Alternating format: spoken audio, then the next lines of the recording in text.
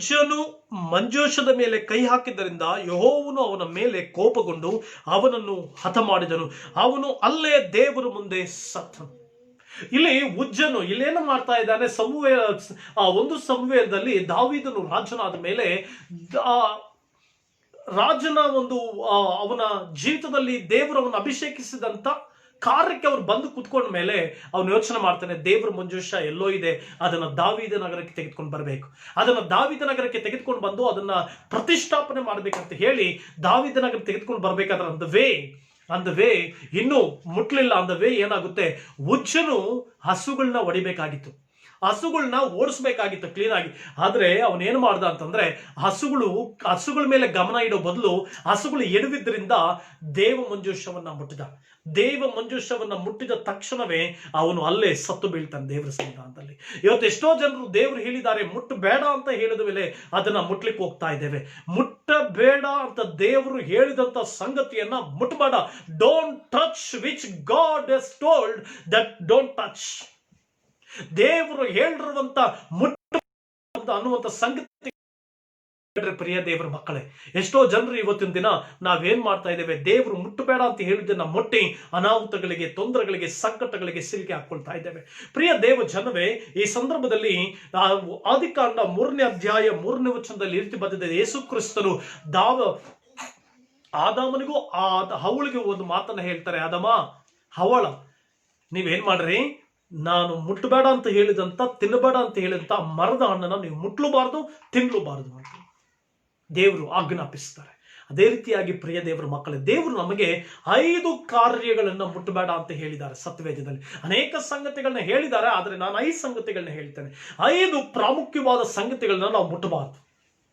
ಮುಟ್ಟಿದರೆ ಸಮಸ್ಯೆ ನಿನಗೆ, ಮುಟ್ಟಿದ್ರೆ ತೊಂದರೆ ನಿನಗೆ. ಇವತ್ತು ಎಷ್ಟೋ ದೇವರ ಮಕ್ಕಳುಗಳು ಮಾತ್ರವಲ್ಲದೆ ಅನ್ಯರು ಯೇಸು ಕ್ರಿಸ್ತನು ಹೇಳಿದಂತ ಮುಟ್ಟಬೇಡ ಅನ್ನುವಂತ ಸಂಗತಿಗಳನ್ನ ಮುಟ್ತಾ ಇರೋದ್ರಿಂದ ಶ್ರಮೆಗಳು, ಸಂಕಟಗಳು, ವೇದನೆಗಳಿಗೆ ಒಳಗಾಗ್ತಾ ಇದ್ದಾರೆ.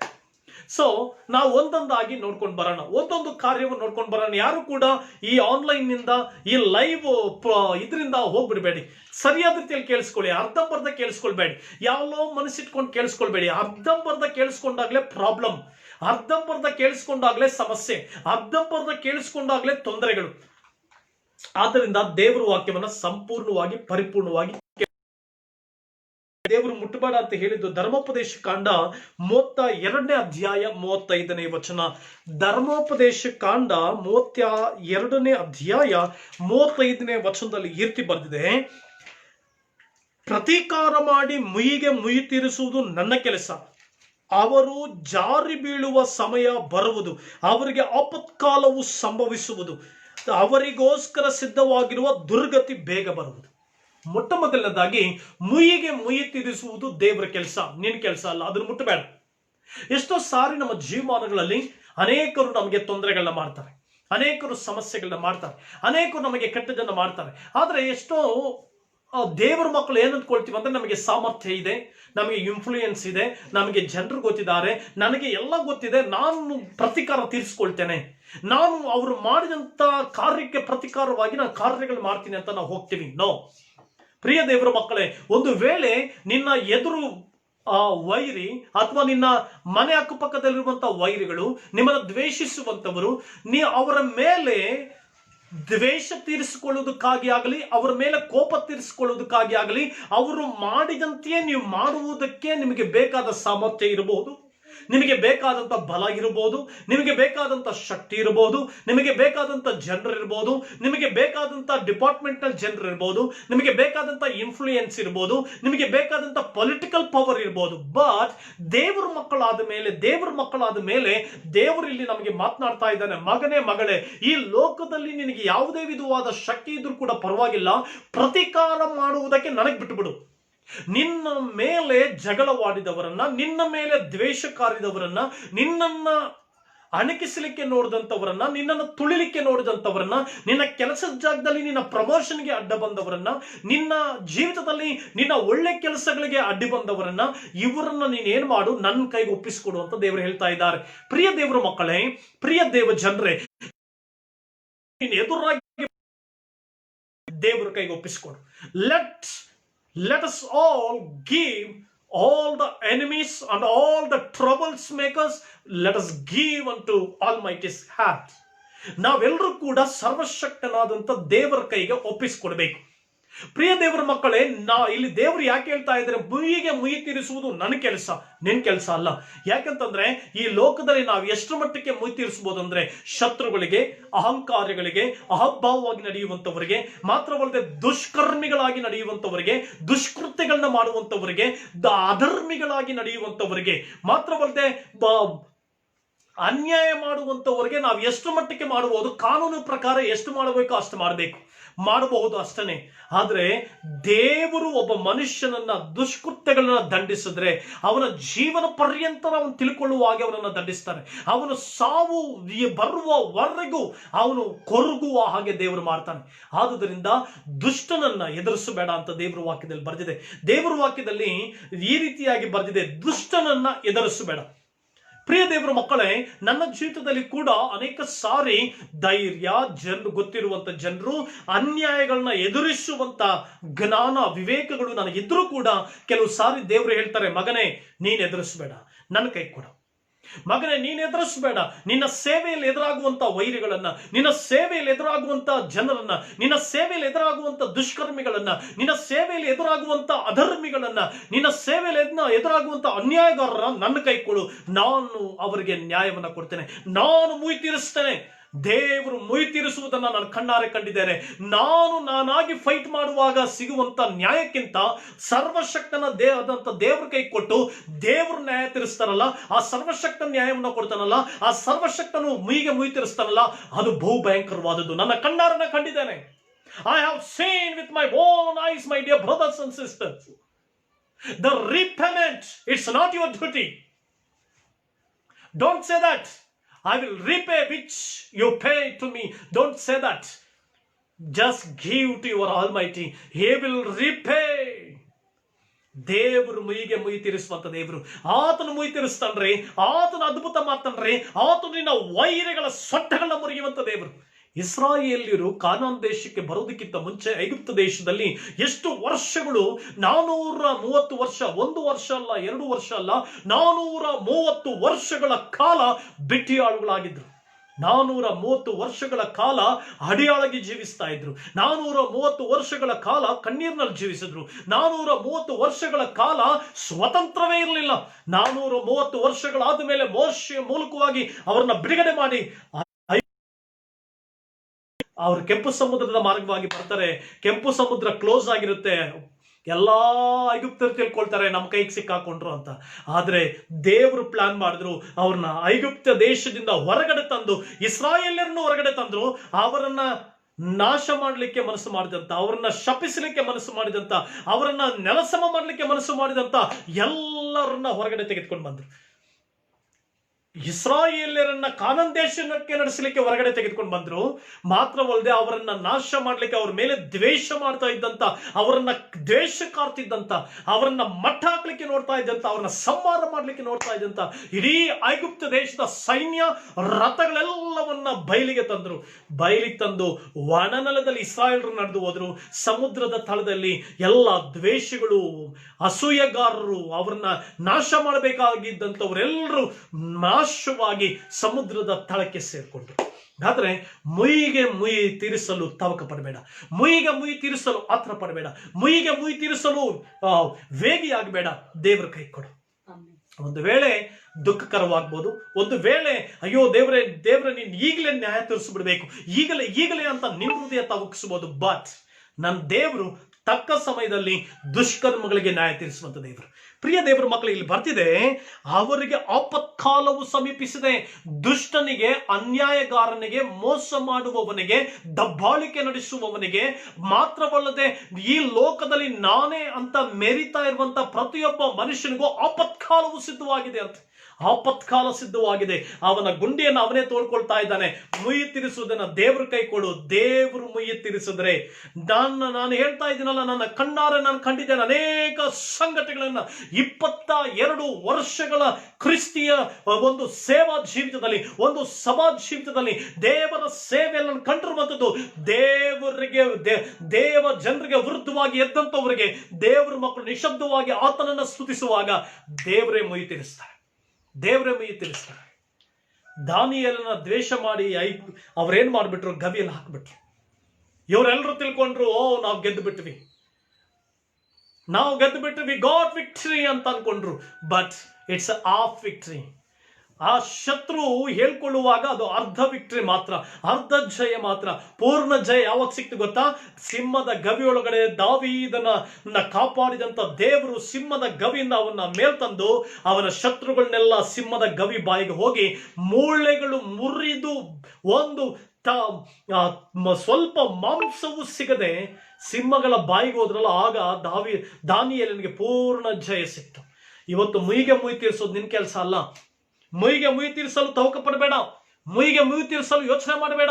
ಅವ್ರು ನನಗೆ ಹೀಗೆ ಮಾಡಿದ್ರಿಂದ ನಾನು ಹೀಗೆ ಮಾಡ್ತೀನಿ, ಅವ್ರು ನನಗೆ ಹೀಗೆ ಮಾಡಿದ್ರಿಂದ ನಾನು ಹೀಗೆ ಮಾಡ್ತೀನಿ, ಅವ್ರು ನನಗೆ ಹೀಗೆ ಮಾಡಿದ್ರಿಂದ ಅವ್ರು ನಾನು ಹೀಗೆ ಮಾಡ್ತೀನಿ, ಆ ಕುಟುಂಬ ನನಗೆ ಹೀಗೆ ಮಾಡಿದ್ರಿಂದ ಆ ಕುಟುಂಬಕ್ಕೆ ನಾನು ಹೀಗೆ ಮಾಡ್ತೀನಿ ಅಂತ ಯೋಚನೆ ಮಾಡಬೇಡ. ನಿನ್ ದೇವರು ಸಮಸ್ತ ಈ ಲೋಕದಲ್ಲಿ ಎಲ್ಲ ಶಕ್ತಿಗಳಿಗಿಂತಲೂ ಮಿಗಿಲಾದ ಶಕ್ತಿ ನಿನ್ ದೇವರ ಶಕ್ತಿ. ಆತನು ಮುಯಿ ತೀರಿಸಲಿಕ್ಕೆ ಆರಂಭ ಮಾಡಿದ್ರೆ, ಆತನು ಶತ್ರುಗಳನ್ನ ಸದೆಬಡಿಲಿಕ್ಕೆ ಆರಂಭ ಮಾಡಿದ್ರೆ, ಆತನು ಒಂದು ಕ್ಷಣ ಸಾಕು ಸಮಸ್ತವನ್ನು ನಾಶ ಮಾಡಲಿಕ್ಕೆ. ಬಟ್ ಯಾಕೆ ಸುಮ್ಮನೆ ಇದ್ದಾನೆ? ಯಾಕೆ ವೈರಿಗಳು ನೋಡಿ ಸುಮ್ಮನೆ ಇದ್ದಾನೆ? ಯಾಕೆ ದುಷ್ಟರು ನೋಡಿ ಸುಮ್ಮನೆ ಇದ್ದಾನೆ? ಯಾಕೆಂದ್ರೆ ಅವ್ರಿಗೆ ಅವಕಾಶ ಕೊಡ್ತಾ ಇದ್ದಾನೆ, ದುಷ್ಟರಿಗೆ ಅವಕಾಶ ಕೊಡ್ತಾ ಇದ್ದಾನೆ. ಯಾಕೆಂದ್ರೆ ಒಂದೇ ಸರಿ ಆ ಮರಣ ಮುಗಿಸಿಕೊಂಡ ಮೇಲೆ ಅವನ ಜೀವಿತದಲ್ಲಿ ಇನ್ನ ನಿತ್ಯವಾದಂತ ಶಿಕ್ಷೆಗಳೇ, ನಿತ್ಯವಾದ ಶಿಕ್ಷೆಗಳನ್ನ ಅವನು ಅನುಭವಿಸಬೇಕು. ಆದ್ರಿಂದ ದೇವರು ಯಾವ ಮನುಷ್ಯನಾದ್ರೂ ನಾಶವಾಗುವುದ್ರಲ್ಲಿ ಆತನಿಗೆ ಇಷ್ಟವಿಲ್ಲ. ಆದ್ರಿಂದ ಎಲ್ರಿಗೂ ಅವಕಾಶ ಕೊಡ್ತಾ ಇದ್ದಾನೆ. ಮುಯಿಗೆ ಮುಯಿ ತೀರಿಸಲು ತವಕ ಪಡಬೇಡ. ಒಂದು ವೇಳೆ ಅನ್ಯಾಯವಾಗಿ ನೀನು ಅನ್ಯಾಯ ಅನುಭವಿಸ್ತಾ ಇರ್ಬೋದು, ನೀನು ಒಳ್ಳೆತನದಲ್ಲಿ ನೀನು ಅನ್ಯಾಯ ಅನುಭವಿಸ್ತಾ ಇರ್ಬೋದು. ನೀವು ಒಂದು ವೇಳೆ ನಿನ್ನ ಜೀವಿತದಲ್ಲಿ ಬೇಕು ಅಂತ ದಬ್ಬಾಳಿಕೆಕಾರರು, ಕುಡುಕರು, ಅನ್ಯಾಯಗಾರರು, ಮೋಸ ಮಾಡುವಂತವರು ದಬ್ಬಾಳಿಕೆ ನಿನ್ನ ಮೇಲೆ ನಡೆಸ್ತಾ ಇರ್ಬೋದು. ಭಯ ಪಡಬೇಡ. ಸೃಷ್ಟಿಕರ್ತನ ಮೇಲೆ ಕೈ ಎತ್ತಿ ಆತನ ಪ್ರಾರ್ಥಿಸು. ಸೃಷ್ಟಿಕರ್ತನಿಗೆ ಒಪ್ಪಿಸ್ಕೊಡು, ದೇವಾದಿ ದೇವರಿಗೆ ಒಪ್ಪಿಸ್ಕೊಡು. ಯೇಸು ಕ್ರಿಸ್ತನು ಎಲ್ಲವನ್ನ ನಿತ್ಯ ದೇವರಿಗೆ ಒಪ್ಪಿಸ್ಕೊಡ್ತಾ ಇದ್ದಂತೆ, ಅದೇ ರೀತಿ ನೀನು ಎಲ್ಲವನ್ನ ನಿತ್ಯ ದೇವರಿಗೆ ಒಪ್ಪಿಸ್ಕೊಡು. ಆತ ನಿನಗಾಗಿ ಯುದ್ಧ ಮಾಡ್ತಾನೆ, ಆತ ನಿನಗಾಗಿ ಜೈವನ ಕೊಡ್ತಾನೆ, ಆತ ನಿನಗೋಸ್ಕರವಾಗಿ ನಿಂತ್ಕೊಳ್ತಾನೆ. God will stand for you. Do not fear, my brother and sister, my beloved God's children. Do not fear. My God is the Almighty God. He is a warrior. He will stand behind you and stand for you. ಮುಯಿಗೆ ಮುಯಿ ತೀರಿಸಲು ಅವಸರ ಪಡಬೇಡ, ಆತನಗೊಳ್ಳಬೇಡ, ದೇವರ ಕೈ ಕೊಡು. ಒಂದನೇದಾಗಿ ಮುಯಿಗೆ ಮುಯಿ ತೀರಿಸೋದನ್ನ ಮುಟ್ಟಬೇಡ. That's not yours, that's to God. ಅದು ದೇವರಿಗೆ ಸಂಬಂಧಪಟ್ಟಿರುವಂಥದ್ದು, ದೇವರಿಗೆ ಒಪ್ಪಿಸಿಕೊಳ್ಳು. ಎರಡನೇದಾಗಿ ಅರಣ್ಯಕಾಂಡ 4ನೇ ಅಧ್ಯಾಯ 15ನೇ ವಚನ.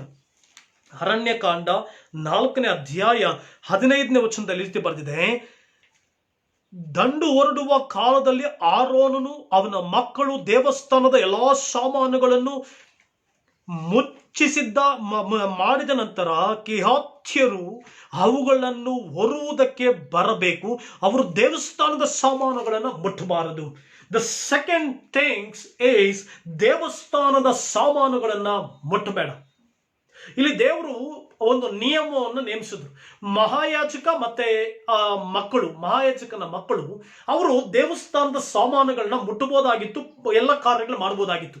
ಅದೇ ರೀತಿ ಲೇವಿಯರು ಏನ್ ಮಾಡಬೇಕಾಗಿತ್ತು, ಅವುಗಳನ್ನ ಹೊರಬೇಕಾಗಿತ್ತು ಹೊರತು ಅವುಗಳನ್ನ ಮುಟ್ಟಬಾರ್ದಾಗಿತ್ತು. ಇವತ್ತಿನ ದಿನ ಎಷ್ಟೋ ಜನರು ದೇವಸ್ಥಾನದ ಕಾರ್ಯಗಳನ್ನ ಮುಟ್ಟಬೇಡ, ದೇವರ ಸಂಗತಿಗಳನ್ನ ಮುಟ್ಟಬೇಡ. ಇವತ್ತೊಂದು ದಿನ ಎಷ್ಟೋ ಜನರು ಆನ್ಲೈನ್ಗಳಲ್ಲಿ, ವಾಟ್ಸಪ್ಗಳಲ್ಲಿ, ಯೂಟ್ಯೂಬ್ಗಳಲ್ಲಿ ಏನ್ ಮಾಡ್ತಾ ಇದ್ದೇವೆ ಅಂತಂದ್ರೆ ದೇವರ ಕಾರ್ಯಗಳನ್ನ ಮುಟ್ತಾ ಇದ್ದೇವೆ. ಮಹಾಯಾಜಕ ಮತ್ತೆ ಅವನ ಮಕ್ಕಳು ಮುಟ್ಟಬೇಕಾದದ್ದು ಅವರು ಮುಟ್ಟಬೇಕಾಯ್ತು.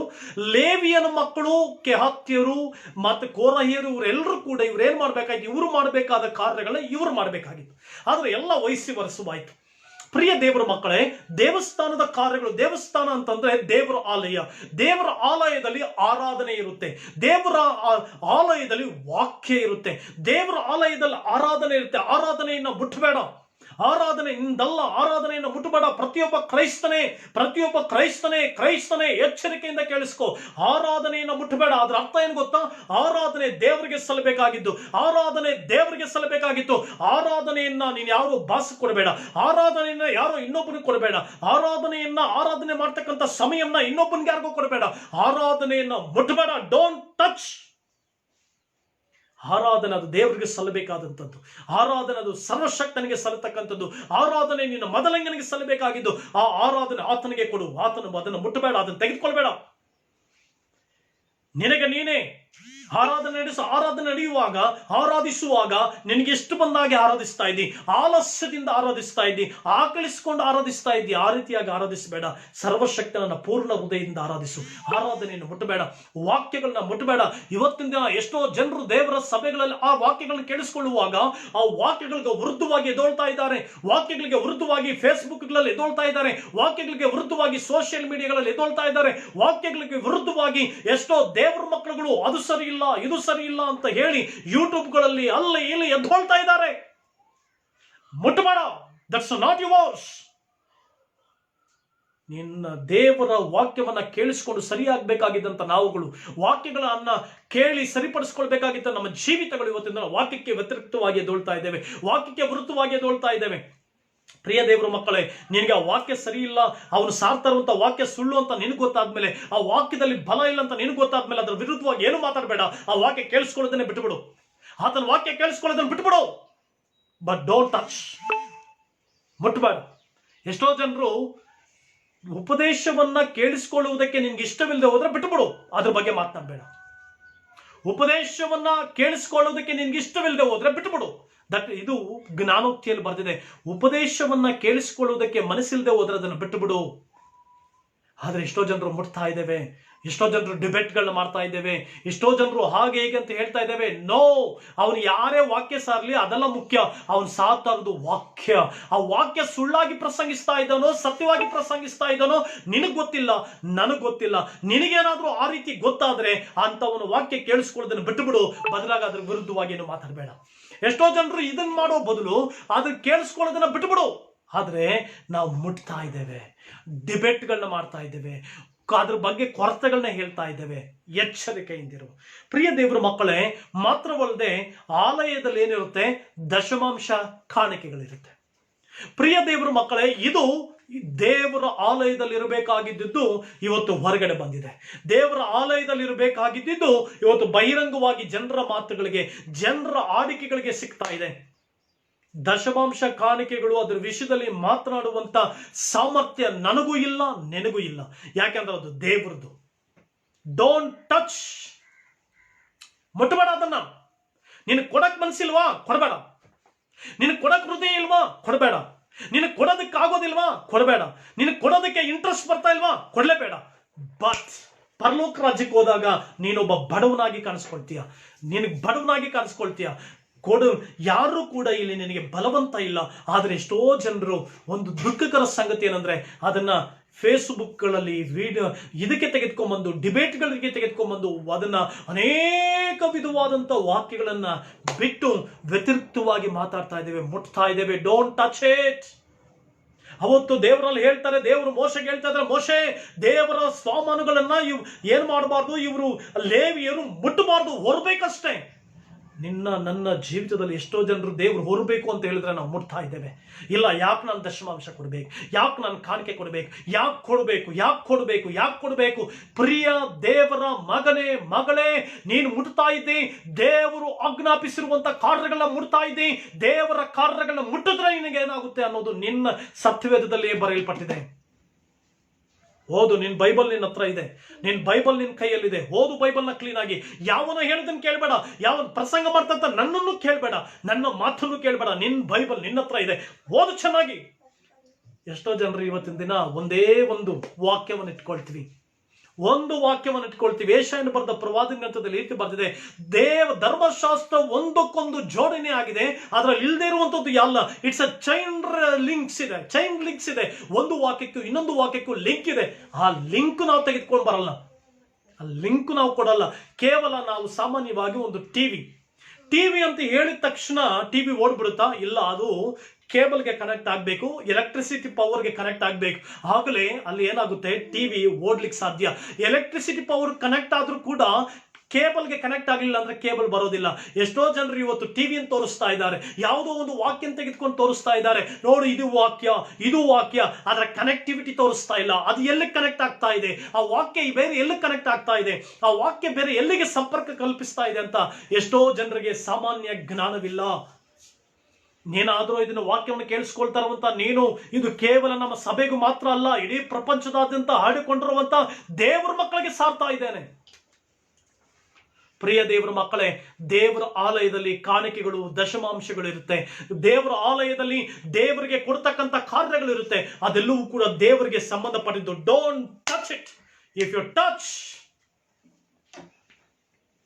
Touch you will see what God is going to do in our life. ಎಷ್ಟೋ ಜನರು ನಾವು ಈ ರೀತಿ ಪ್ರಸಂಗ ಮಾಡುವಾಗ ನಮಗೆ ಭಯ ಹಿಡಿಸ್ತಾ ಇದ್ದಾರೆ. ನೋ, ನಾನು ಈ ರೀತಿ ವಾಕ್ಯ ಸಾರೋದ್ರಿಂದ ನಿನ್ನಿಂದ ನನಗೇನು ಲಾಭ ಇದೆ, ನಿನ್ನಿಂದ ನನಗೇನು ನಷ್ಟ ಇದೆ? ನಿನ್ನಿಂದ ನನಗೆ ನಷ್ಟವೂ ಇಲ್ಲ, ನಿನ್ನಿಂದ ನನಗೆ ಲಾಭವೂ ಇಲ್ಲ. ನನಗೆ ಲಾಭಕರವಾದದ್ದು ಪರಲೋಕದಿಂದ ಬರುವಂಥದ್ದು, ನನಗೆ ಲಾಭದಾಯಕವಾದದ್ದು ಪರಲೋಕದ ಸಂಸ್ಥಾನದಿಂದ ಬರ್ತಕ್ಕಂಥದ್ದು, ನನ್ನ ಕರ್ದಾತನಿಂದ ಬರ್ತಕ್ಕಂಥದ್ದು. ನನ್ನ ಕರ್ದಾತನ ಮೂಲಕವಾಗಿ ನಿನಗೆ ಪ್ರಸಂಗಿಸ್ತಾ ಇದ್ದೇನೆ. ಇದನ್ನ ಸ್ವೀಕರಿಸ್ತೀಯೋ ಬಿಡ್ತೀಯೋ ನಿನಗೆ ಬಿಟ್ಟಿದ್ದು. ಎರಡನೇದಾಗಿ, ದೇವರ ಆಲಯದ ಕಾರ್ಯಗಳನ್ನ ಮುಟ್ಟಬೇಡ. ದೇವರ ಕಾರ್ಯಗಳು, ದೇವರ ಸಂಗತಿಗಳನ್ನ ಡೋಂಟ್ ಟಚ್ ಇಟ್. ಮೂರನೇದಾಗಿ, ಪ್ರಿಯ ದೇವರ ಮಕ್ಕಳೇ, ಕೀರ್ತನೆಗಳು 105ನೇ ಕೀರ್ತನೆ 15ನೇ ವಚನ. ಮೂರನೇದಾಗಿ ಕೀರ್ತನೆಗಳು 105ನೇ ಕೀರ್ತನೆ 15ನೇ ವಚನದಲ್ಲಿ ಈ ರೀತಿ ಬರೆದಿದೆ: ನಾನು ಅಭಿಷೇಕಿಸಿದವನನ್ನು ಮುಟ್ಟಬಾರದು, ನನ್ನ ಪ್ರವಾದಿಗಳಿಗೆ ಯಾವ ಕೇಡನ್ನು ಮಾಡಬಾರದು ಎಂದು ಹೇಳಿದ. ದೇವರು ಅಭಿಷಿಕ್ತನನ್ನು ಮುಟ್ಟಬೇಡ ಅಂತ ದೇವರು ಹೇಳ್ತಾ ಇದ್ದಾರೆ. Don't touch my anointed one, don't touch. ಎಷ್ಟೋ ಜನರು ಇವತ್ತು ಅಭಿಷೇಕಿಸಲ್ಪಟ್ಟವರನ್ನ ಮುಟ್ತಾ ಇದ್ದೇವೆ. ದೇವರು ತನ್ನ ಅಭಿಷೇಕಿಸಿದವರನ್ನ ಮುಟ್ಟಿದ್ರೆ ಆತನು ನೇರವಾಗಿ ತನ್ನ ಪ್ರವರ್ತನೆಯನ್ನ ತೋರಿಸ್ತಾನೆ. Hallelujah, hallelujah. ಅಭಿಷಿಕ್ತನನ್ನ ಮುಟ್ಟಬೇಡ. ನಿನಗೆ ಗೊತ್ತಿಲ್ಲ ಯಾರು ಅಭಿಷೇಕಿಸಲ್ಪಟ್ಟಿದ್ದಾರೆ, ಯಾರು ಅಭಿಷೇಕಿಸಲ್ಪಟ್ಟಿಲ್ಲ ಅಂತ ನಿನಗೆ ಗೊತ್ತಿಲ್ಲ. ಆದ್ರಿಂದ ನಿಶಬ್ದವಾಗಿರು. ಅಭಿಷಿಕ್ತನನ್ನ ಮುಟ್ಟಬೇಡ. ನಿನ್ನ ಮಾತುಗಳಿಂದ ಅಭಿಷಿಕ್ತನನ್ನ ಮುಟ್ಟಬೇಡ. ನಿನ್ನ ಹೃದಯದ ಆಲೋಚನೆಗಳಿಂದ ಅಭಿಷಿಕ್ತನನ್ನು ಮುಟ್ಟಬೇಡ. ಅವನ್ನ ವ್ಯತಿರೇಕಿಸುವುದರ ಮೂಲಕವಾಗಿ ಅಭಿಷಿಕ್ತನನ್ನು ಮುಟ್ಟಬೇಡ. ಅವನನ್ನ ಬೈಕೊಳ್ಳೋದ್ರ ಮೂಲಕವಾಗಿ ಅಭಿಷಿಕ್ತನನ್ನು ಮುಟ್ಟಬೇಡ. ನೀನು ಮುಟ್ತಾ ಇರೋದು ಯಾರನ್ನು ಗೊತ್ತಾ? ಪರಲೋಕ ಸಂಸ್ಥಾನದಲ್ಲಿ ಕುಳಿತಿರುವಂತ ದೇವಾದಿ ದೇವನು, ಪರಲೋಕದ ದೇವರು ಅಭಿಷೇಕ ಮಾಡಿದಂತ ಅಭಿಷಿಕ್ತನನ್ನು ಮುಟ್ತಾ ಇದೀಯಾ? ಅಯ್ಯೋ, ಲೋಕದ ಆರಂಭ ದಿನಗಳಿಂದ, ಆದಿ ಕಾಂಡದಿಂದ ನೋಡ್ಕೊಂಡು ಬರೋದಾದ್ರೆ ಪ್ರಕಟಣೆವರೆಗೂ ದೇವರು ತಾನು ಅಭಿಷೇಕಿಸಿದವರನ್ನ ಮುಟ್ಟಿದಂತ ವ್ಯಕ್ತಿಗಳನ್ನ ದೇವರು ಸಾಮಾನ್ಯವಾಗಿ ಬಿಡ್ಲಿಲ್ಲ. ನೀನು ಅಭಿಷೇಕ್ತನನ್ನ ಮುಟ್ತಾ ಇದೀಯಾ? ನಿನ್ನ ಕುಟುಂಬದಲ್ಲಿ ಅಭಿಷೇಕ್ತನನ್ನ ಮುಟ್ತಾ ಇದೆಯಾ? ಅಭಿಷೇಕ್ತನ ಅಂದ್ರೆ ಯಾರು? ನೀನು ಅಭಿಷೇಕ ಮಾಡಿರುವಂತವನಲ್ಲ. ಯಾವುದೋ ಬೈಬಲ್ ಕಾಲೇಜಿನಲ್ಲಿ ಅಭಿಷೇಕ ಮಾಡಿದಂತವನಲ್ಲ. ಯಾವುದೋ ಒಬ್ಬ ಪ್ರವಾದಿ ಮೂಲಕ ಅಭಿಷೇಕಿಸಲ್ಪಟ್ಟಂತವನ ಬಗ್ಗೆ ನಾನು ಮಾತನಾಡ್ತಾ ಇಲ್ಲ. ಯಾವನೋ ಒಬ್ಬ ಬೈಬಲ್ ಟ್ರೈನಿಂಗ್ ಮಾಡಿಕೊಂಡು ಆ ಬೈಬಲ್ ಪ್ರೊಫೆಸರು, ಬಿಷಪ್ಗಳ ಮೂಲಕ ಅಭಿಷೇಕಿಸಲ್ಪಟ್ಟವ್ರ ಬಗ್ಗೆ ಮಾತನಾಡ್ತಾ ಇಲ್ಲ. ನೇರವಾಗಿ ದೇವರಿಂದ ಕರೆಯಲ್ಪಟ್ಟು ದೇವರಿಂದ ಅಭಿಷೇಕಿಸಲ್ಪಟ್ಟಿರುವನ ಮುಟ್ಟಿ ನೋಡು. ನಿನಗೆ ಧೈರ್ಯ ಇದ್ರೆ ಮುಟ್ಟಿ, ಒಂದು ಸಾರಿ ಅವನನ್ನ ಮುಟ್ಟಿ ನೋಡು. ನಿನ್ನ ಜೀವನ ಭೂಕಂಪದ ಉಪಾದಿಯಲ್ಲಿ ಅಲುಗಾಡಿಸಲ್ಪಡ್ತದೆ. ನಿನ್ನ ಕುಟುಂಬ ಭೂಕಂಪದ ಉಪಾದಿಯಲ್ಲಿ ಅಲುಗಿಸಲ್ಪಡ್ತದೆ. ನಿನ್ನ ಜೀವಿತದ ಎಲ್ಲ ಸ್ಥಿತಿಗತಿಗಳು ಭೂಕಂಪದ ಉಪಾದಿಯಲ್ಲಿ ಅಡಗಿಸಲ್ಪಡ್ತದೆ. ಅಭಿಷಿಕ್ತನು ಅಂದ್ರೆ ಸಾಮಾನ್ಯವಾದವನಲ್ಲ. ಅಭಿಷಿಕ್ತನು ಅಂತಂದ್ರೆ ನಿನ್ನ ಮನೆಯ ಗುಲಾಮ ಅಲ್ಲ. ಅಭಿಷಿಕ್ತನು ಅಂತಂದ್ರೆ ನಿನ್ನ ಮನೆಯ ಶ್ವಾಸ ಯಾವುದ್ರಲ್ಲಿಯೂ ಅಲ್ಲ. ಅಭಿಷಿಕ್ತನು ಅಂತಂದ್ರೆ ದೇವರಿಂದ ನೇರವಾಗಿ ಅಭಿಷೇಕಿಸಲ್ಪಟ್ಟವನು, ದೇವರಿಂದ ನೇರವಾಗಿ ಕರೆಯಲ್ಪಟ್ಟವನು. ಇವತ್ತಿನ ದಿನ ಸೋಷಿಯಲ್ ಮೀಡಿಯಾಗಳಲ್ಲಿ ಅಭಿಷಿಕ್ತರನ್ನು ಅನೇಕರು ಮುಟ್ತಾ ಇದ್ದಾರೆ. ಅವರು ಆ ಸಾರುವಂತ ವಾಕ್ಯಗಳ ಬಗ್ಗೆ ಅನೇಕ ಕಾರ್ಯಗಳು ಮಾಡ್ತಾ ಇದ್ದಾರೆ. ದೇವ್ರು ಯಾಕೆ ಸುಮ್ಮನೆ ಇದ್ದಾರೆ ಗೊತ್ತಾ? ದೇವರು ತಾನು ಅಭಿಷೇಕಿಸಿದವನನ್ನ ಆತನ ತಲೆ ಎತ್ತಲ್ಪಡುವವರೆಗೂ, ಆತನ ಕೊಂಬು ಎತ್ತಲ್ಪಡುವವರೆಗೂ ಅವನನ್ನ ಹೀಯಾಳಿಸುವಂತವನ್ನ ಅವನ ಮುಂದೆ ಇಟ್ಟುಕೊಂಡು ಅವರಿಗೆ ಸರ್ವಶಕ್ತನ ಕಾರ್ಯಗಳನ್ನು ತೋರಿಸ್ಲಿಕ್ಕಿದ್ದಾನೆ. ಅಭಿಷೇಕ್ತನನ್ನ ಮುಟ್ಟಬೇಡ. Don't touch. ಪ್ರಿಯ ದೇವರ ಮಕ್ಕಳೇ, ನೀವು ದಾವೀದನಿಗಿಂತ ದೊಡ್ಡವರ? ದಾವಿದ ರಾಜನಿಗಿಂತಲೂ ದೊಡ್ಡ ಪರಿಣಿತರ, ದಾವಿದ ರಾಜನಿಗಿಂತಲೂ ಉನ್ನತವಾದವರ? ನಿಮ್ಗೊಂದು ವಾಕ್ಯವನ್ನು ತೋರಿಸ್ತೇನೆ. 1 ಸಮುವೇಲ 26ನೇ ಅಧ್ಯಾಯಕ್ಕೆ ನಮ್ಮ ಸತ್ಯವೇದಗಳನ್ನು ತಿರುಗಿಸೋಣ. 1 ಸಮುವೇಲ 26ನೇ ಅಧ್ಯಾಯಕ್ಕೆ ನಮ್ಮ ಸತ್ಯವೇದಗಳನ್ನು ತಿರುಗಿಸುವಾಗ ಅಲ್ಲಿ 1 ಸಮುವೇಲ 26 8ರಿಂದ 11ನೇ ವಚನದವರೆಗೂ ನೀವು ನೋಡಿದ್ರೆ ಇಲ್ಲಿ ಏನಂತಂದ್ರೆ ಸೌಲನು ಕೂಡ ದೇವರನ್ನ ಅಭಿಷೇಕಿಸಲ್ಪಟ್ಟವನು, ಬಟ್ ದೇವರ ಅವಿಧೇಯನಾಗ್ತಾನೆ. ಆದ್ರೂ ದಾವೀದನೊಂದು ಮಾತು ಹೇಳ್ತಾನೆ, ಆತನು ದೇವರಿಂದ ಅಭಿಷೇಕಿಸಲ್ಪಟ್ಟವನು, ದೇವರಿಂದ ಅಭಿಷೇಕ ಅವನ ಮೇಲಿದೆ, ನಾನು ಅವನನ್ನು ಮುಟ್ಟಬಾರದು, ಅವನನ್ನ ಕೊಲ್ಲಬಾರದು, ಅವನಿಗೆ ತೊಂದರೆ ಮಾಡಬಾರದು ಅಂತ ಅವನು ಹೇಳ್ತಾನೆ. ಹಾಗಾದ್ರೆ ದಾವೀದನಿಗಿಂತ ದೊಡ್ಡವರ? ದಾವೀದನಿಗಿಂತ ದೊಡ್ಡ ಕೀರ್ತನೆಗಳನ್ನ ಹಾಡಿದೇವ? ದಾವೀದನಿಗಿಂತ ದೇವರನ್ನ ಪ್ರೀತಿಸಿದೇವ? ದೇವರ ಹೃದಯಕ್ಕೆ ಒಪ್ಪುವಂತ ವ್ಯಕ್ತಿ ದಾವೀದನಾಗಿದ್ದ. ಅಂಥವನ ಜೀವಿತದಲ್ಲಿಯೇ, ಅಂಥವನ ಬದುಕಿನಲ್ಲೇ ಅವನು ಹೇಳ್ತಾನೆ, ಅಭಿಷೇಕ್ತನ ಮುಟ್ಟಬೇಡ. ಸೌಲ ದೇವರಿಂದ ತಿರಸ್ಕರಿಸಲ್ಪಟ್ಟಿದ್ದಾನೆ, ದಾವೀದ ಅಭಿಷೇಕ ಹೊಂದಿದ್ದಾನೆ. ಮಾತ್ರವಲ್ಲದೆ ಸೌಲ ದೇವರ ಸಿಂಹಾಸನದಿಂದ ದೂರ ಹೋಗಿದ್ದಾನೆ, ದೇವರ ಅರಸುತನದಿಂದ ದೂರ ತಳ್ಳಲ್ಪಟ್ಟಿದ್ದಾನೆ. ಆದ್ರೂ ಕೂಡ ದಾವೀದ ಹೇಳ್ತಾನೆ, ಮುಟ್ಟಬೇಡ ಅವನನ್ನು, ಅವನು ಹೇಗಾದ್ರೂ ಸಾಯ್ಕೊಳ್ಳಿ, ಅವನು ಮುಟ್ಟಬೇಡ. Don't touch him because he is anointed person ಅಂತ ಹೇಳ್ತಾ ಇದ್ದಾನೆ. ಮುಟ್ಟಬೇಡ ಅವನನ್ನ, ದೇವ್ರು ನೋಡ್ಕೊಳ್ತಾರೆ, ಮುಟ್ಟಬೇಡ. ಇವತ್ತು ಎಷ್ಟು ಜನರು ಮುಟ್ತಾ ಇದ್ದಾರೆ ಅಭಿಷಿಕ್ತರನ್ನ. ಅವನು ಹೇಗಾದ್ರೂ ಇರಲಿ, ಅವನು ಯಾರೋ ಹಣ ಮಾಡ್ಕೊಂಡಿದ್ದಾನೋ, ಕಾರುಗಳಲ್ಲಿ ಓಡಾಡುತ್ತಾನೋ, ಮಾತ್ರವಲ್ಲದೆ 6 ಪ್ಯಾಕ್ ಇರುವಂತ ಬಾಡಿ ಬಿಲ್ಡರ್ಸ್ ಇಟ್ಕೊಂಡಿದ್ದಾನೋ, ನಿನಗೆ ಯಾವುದು ಬೇಡ. ಯಾಕೆಂತಂದ್ರೆ ದಾವೀದನಿಗಿಂತ ದೊಡ್ಡವನು ನೀನಲ್ಲ, ನೀನು ಅಂತ. ದಾವೀದ ರಾಜನೇ ಸೌಲನು ದೇವರಿಂದ ದೂರ ತಿರಸ್ಕರಿಸಲ್ಪಟ್ಟಿದ್ರು, ದುರಾತ್ಮನಲ್ಲಿದ್ರು ಕೂಡ ಅವನು ಹೇಳ್ತಾನೆ, ಬೇಡಪ್ಪ, ಅಭಿಷೇಕ್ತನನ್ನು ಮುಟ್ಟಬೇಡ. ಮುಟ್ತಾ ಇದ್ದೀರಾ ಇವತ್ತಿನ ದಿನ? ಸೋಷಿಯಲ್ ಮೀಡಿಯಾಗಳಲ್ಲಿ ಮುಟ್ತಾ ಇದ್ದೀರಾ ನಿಮ್ಮ ಜೀವಿತಗಳಲ್ಲಿ? ದೇವರ ಅಭಿಷೇಕ್ತರಿಗೆ ವಿರುದ್ಧವಾಗಿ ನಮ್ಗೇನಾಗುತ್ತೆ ಬಿಡು, ನಮಗೇನಾಗುತ್ತೆ ಬಿಡು, ನಮಗೆ ವಾಕ್ಯ ಗೊತ್ತಿದೆ, ನಮ್ಗೆ ಅದು ಗೊತ್ತಿದೆ, ನಮ್ಗೆ ಇದು ಗೊತ್ತಿದೆ. ನಿನಗೇನು ಮಣ್ಣು ಗೊತ್ತಿರೋದು?